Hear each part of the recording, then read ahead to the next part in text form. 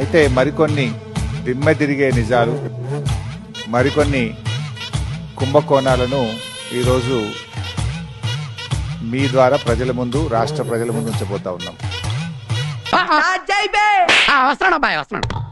హైదరాబాద్ మియాపూర్ లో భారీ భూ కుంభకోణం బయటపడింది. 1000 కోట్లకు పైగా విలువ చేసే సర్కార్ భూములకి ఎసురు పెట్టారు అక్రమార్కులు.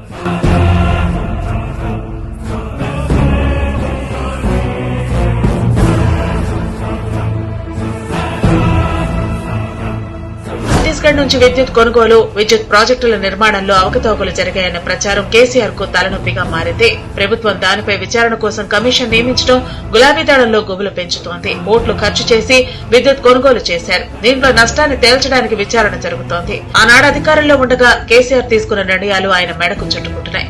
సాగునీటి ప్రాజెక్టుల నిర్మాణం దగ్గర నుంచి ఫోన్ ట్యాపింగ్, విద్యుత్ కొనుగోలు ఒప్పందాలు, చేపపిల్లల పంపిణీ, హరితహారంలో అవినీతి కేసీఆర్ మెడకు చుట్టుకునే పరిస్థితులు అధికంగా కనిపిస్తున్నాయి. మీకు అర్థమవుతుంది, ఇంకా మీరు మారలేరు. ఎన్నిసార్లు ముట్టుకోవాలా నేను? ఎన్నిసార్లు ముట్టుకోవాలా?